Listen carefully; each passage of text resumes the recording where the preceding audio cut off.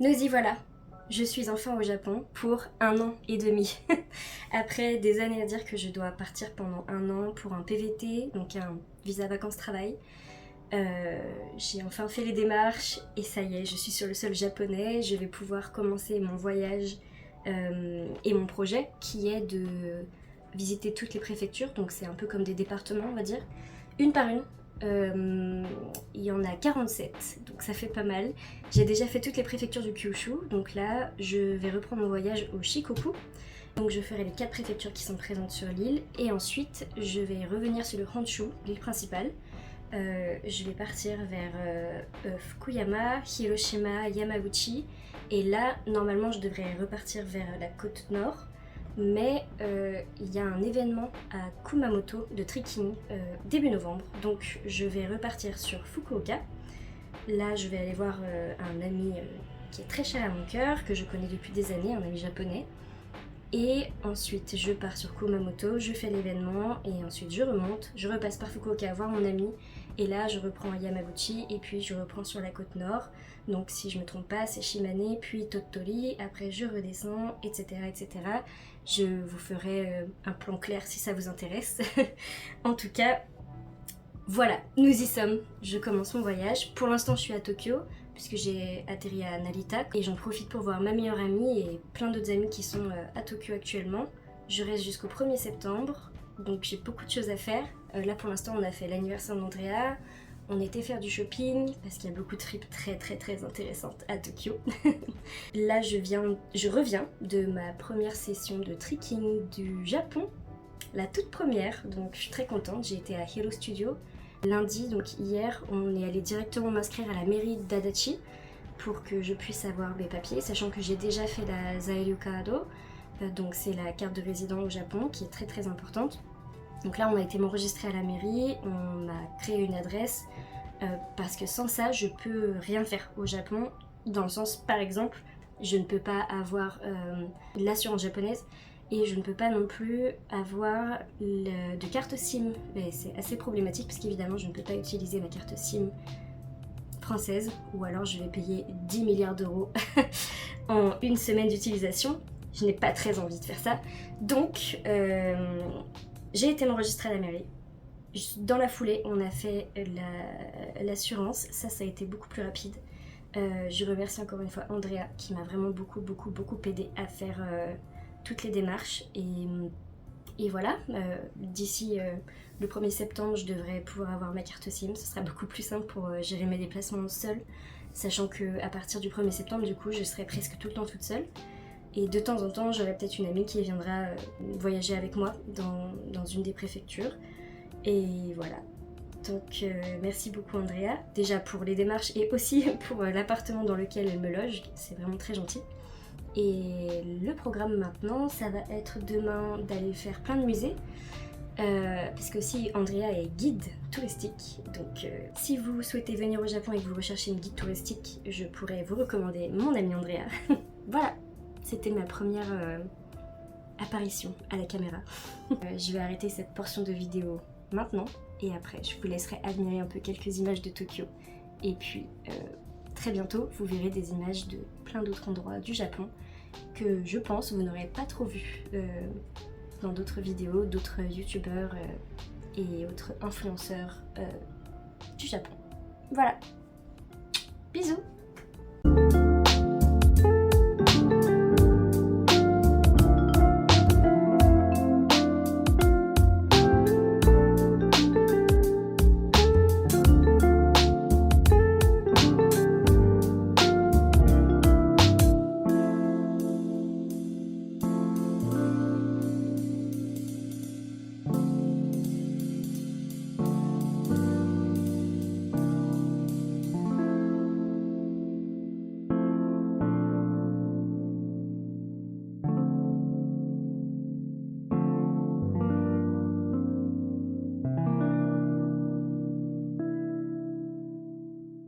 Je trouve que Tokyo est une très jolie ville, après avoir vécu à Paris pendant plus de 10 ans. Je suis surprise de voir qu'une grande ville, quand même la capitale d'un pays, peut être aussi jolie, propre, avec autant de verdure et tout ça. C'est vraiment très agréable. maintenant, place aux activités. J'ai été au centre d'éducation citoyenne à la prévention des catastrophes. On y allait avec Andrea, c'était super intéressant.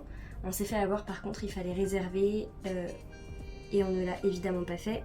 Donc on a dû attendre plusieurs heures à l'extérieur, enfin, on a été faire des activités évidemment. En tout cas c'était très intéressant, on a fait des simulations de séisme avec quelques exemples de qu'est-ce qu'on a ressenti par exemple le jour du tremblement de terre à Fukushima, qu'est-ce qu'on a ressenti pendant les tremblements de terre du Kanto en 1923. Il y avait vraiment plusieurs exemples comme ça, et pour les enfants ils ont même adapté un petit peu l'expérience pour éviter que ce soit trop violent non plus.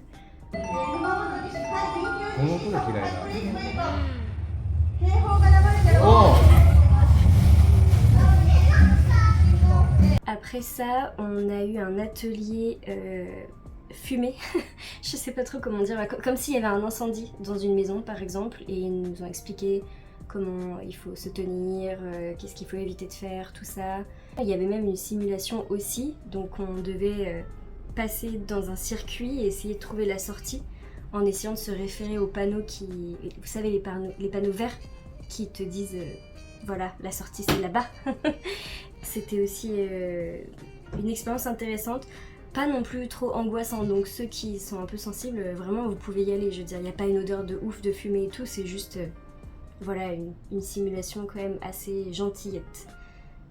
Après ça, on nous a fait tester un rainstorm, donc en soi c'est comme un orage, mais c'est vraiment, il y a vraiment beaucoup de pluie et c'est très très fort, sachant qu'au Japon il y a beaucoup de typhons quand même, donc c'est une bonne chose de savoir comment réagir, pardon.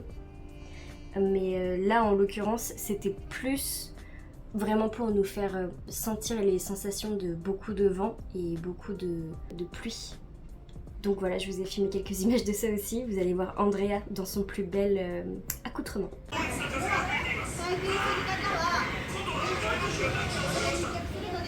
On va tester l'orage. Oh, sexy lady.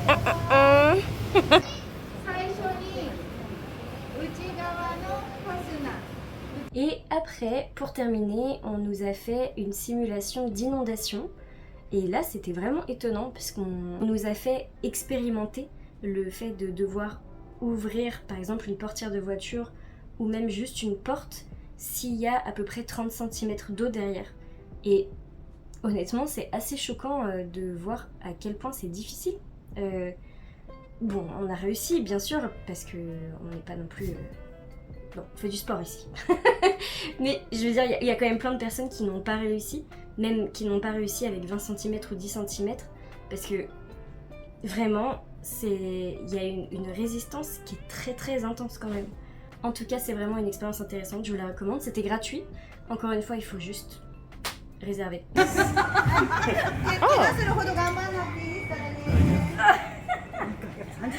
Ah ouais, le début il est dur. Ah ouais? Intéressant. En route pour mon deuxième entraînement de trekking durant mon voyage au Japon. Bah c'est fermé là. Attendez. Trekking Studio. Non. Bah je vais manger mon sem. Oh non.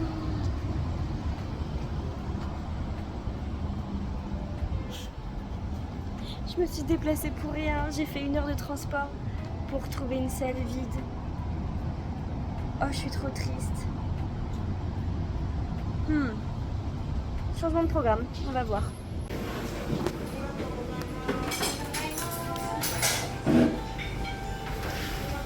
Très très triste de ne pas avoir pu m'entraîner. En revanche, le katsu hayashi était très très bon. C'est un peu comme un katsu kare, mais c'est avec une sauce qui est plus à base de tomates. Et franchement, pour les gens qui sont un peu sensibles au niveau des épices, telles que ma propre personne, c'est très agréable. Je vous le conseille. Petit saut dans le temps, nous arrivons au samedi 30 août 2025. Et aujourd'hui, j'ai réservé pour faire un aroma drainage lymphatique. Puisque ça y est, j'ai dépassé les 30 ans et mon corps est complètement détruit. Non, Mais j'essaye d'en prendre soin et en l'occurrence, je sens bien depuis un moment que j'ai les jambes plus lourdes et tout ça. C'était très agréable, première fois de ma vie que je fais ça. C'est un budget, mais comme en ce moment c'est plutôt avantageux d'avoir des euros convertis en yens, ça va quand même. Je vais vous montrer des images du coup du salon, pas grand chose, mais bon, c'était quand même très agréable. Voilà, en tout cas, le service à la japonaise, évidemment, incroyable. On arrive, on nous donne des petits chaussons, après on nous installe, on nous demande est-ce qu'il y a une zone que vous voulez traiter en priorité, est-ce qu'il y a des zones à éviter, est-ce que vous voulez que ce soit fort, pas fort, est-ce que vous préférez qu'on vous parle pas. C'était vraiment très délicat. Et donc après elle m'a fait tout le soin. À chaque fois qu'elle bougeait 1 centimètre de serviette, elle me disait oh, shitsureshimasu.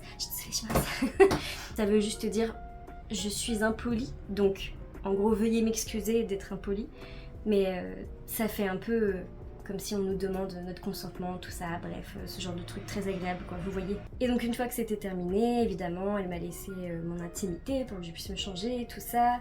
Après, elle m'a servi un petit thé, elle m'avait servi un verre d'eau aussi avec une serviette chaude à mon arrivée. Et donc elle a fait un petit thé, petit bonbon, voilà. Donc je vous laisse avec les images du salon et après on se retrouve pour d'autres explications.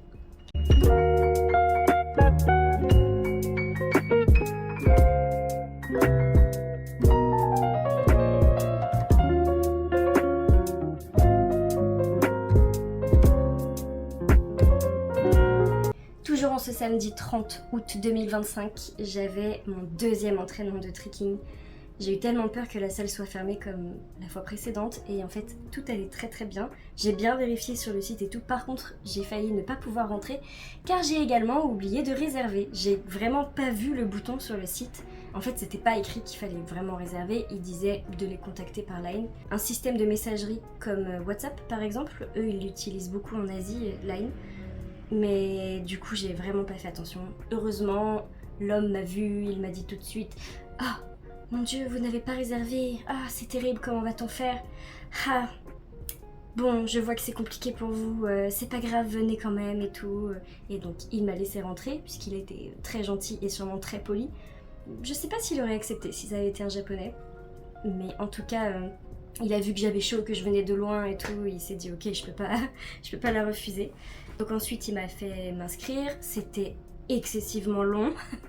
En France, vraiment, tu rentres dans la salle, tu dis voilà, je m'appelle comme ça, s'il faut vraiment s'inscrire, hein, parce que la plupart du temps, il te dit juste c'est 10 balles, hop, tu donnes et tu t'entraînes quoi. Là, fallait vraiment donner le nom, l'adresse, le numéro de téléphone, chez qui on habite, si on habite chez quelqu'un, le numéro de téléphone de la personne. Ensuite, il m'a fait faire une fausse réservation sur Line, où je devais remplir le formulaire de réservation, alors que j'étais déjà là, hein. Mais il fallait absolument le faire parce qu'au Japon on fait toujours les choses dans les règles. Donc j'ai dû ouvrir Line et faire une fausse réservation donnant mon nom, mon âge, quand est-ce que je veux venir, tout ça. Je trouve ça un petit peu absurde mais bon, ce sont les règles, on respecte les règles. Et après ça, j'ai pu m'entraîner. Évidemment, ça paraît un peu bizarre pour tout le monde de voir une gaijin s'entraîner dans un club comme ça, parce que c'est pas vraiment un club de trekking, c'est plus une salle de gym, en tout cas avec des équipements de gymnastique où il y avait beaucoup de tapis, une piste de tumbling, plusieurs trampolines et évidemment des tonnes de règles.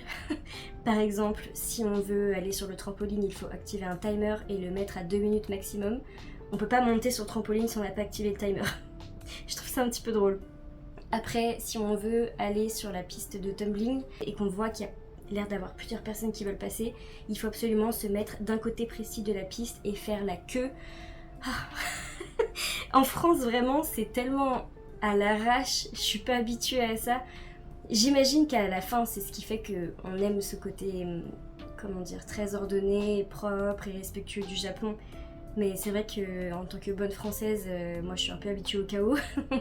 Donc c'est un peu particulier, mais bon, on respecte les règles. Au début j'avais pas compris. Ils me l'ont dit, j'ai pas vraiment capté. Et du coup il y a quelqu'un qui me l'a redit pendant la séance parce que visiblement ça l'a vraiment fort stressé que je ne fasse pas la queue exactement au même endroit que tout le monde. Alors que je laissais passer très poliment les gens et tout ça quoi. Mais bon, on respecte les règles. Enfin voilà, je vais vous montrer les images. Malheureusement, j'ai pas pu filmer la fin, mais c'était très drôle. Il fallait nettoyer la salle, donc comme à l'école finalement. Et là-bas, ils nettoient pas la salle genre avec un aspirateur ou un balai par exemple. Non, non, non. Ils nettoient la salle avec, vous savez, les espèces de gros rouleaux à poils. En tout cas pour enlever les poils de chat, de chien, tout ça qu'on passe sur les vêtements. Ils en ont des énormes comme ça là.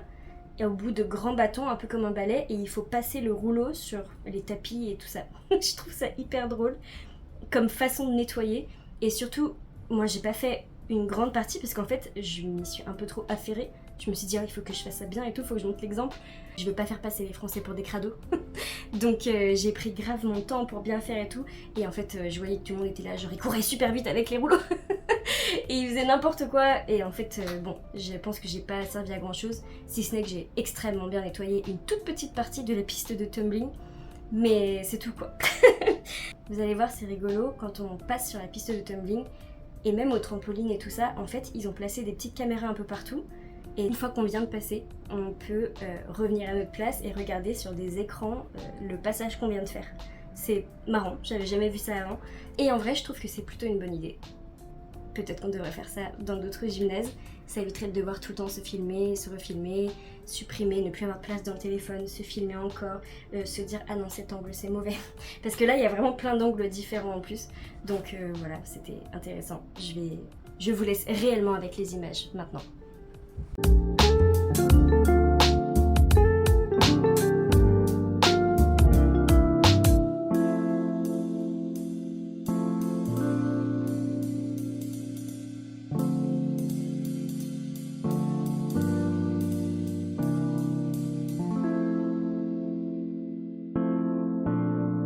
Demain, c'est les XTC Trekking Battle. C'est à Tama, toujours dans la préfecture de Tokyo. J'y suis jamais allée, c'est un peu loin pour être honnête, une bonne heure 30 minimum de route, en transport en commun bien sûr. Mais bon, je peux pas être à côté d'un battle de trekking et ne pas y aller évidemment. Malheureusement, on peut pas s'entraîner parce que souvent en France ou en tout cas même dans les pays autour, tous les gatherings ou les événements de battle que j'ai fait, il y a toujours un petit moment où on peut s'entraîner tous ensemble, c'est quand même assez sympa. Donc tant pis, c'est pas grave. En tout cas, je serais quand même contente de voir des battles de trekking au Japon. Ce sera mes tout premiers, avant ceux à Kumamoto en début novembre. Donc j'ai super hâte. Et je vous mets les images maintenant. Je suis en route pour aller voir les battles de trekking. Pour l'instant, l'indication pour rentrer n'est pas très claire, je vais pas vous mentir.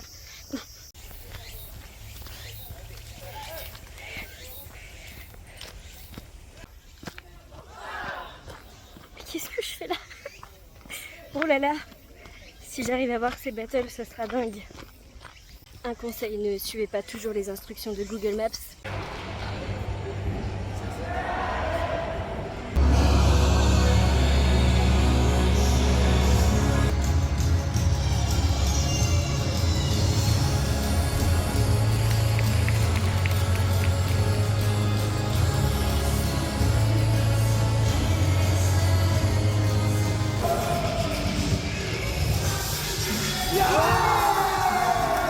Hein?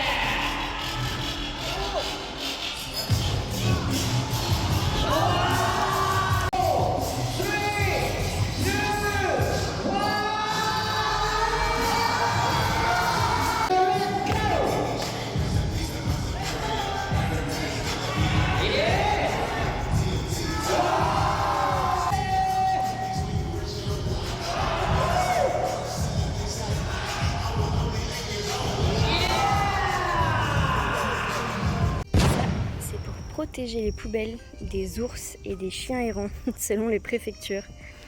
C'est fou. Thank you.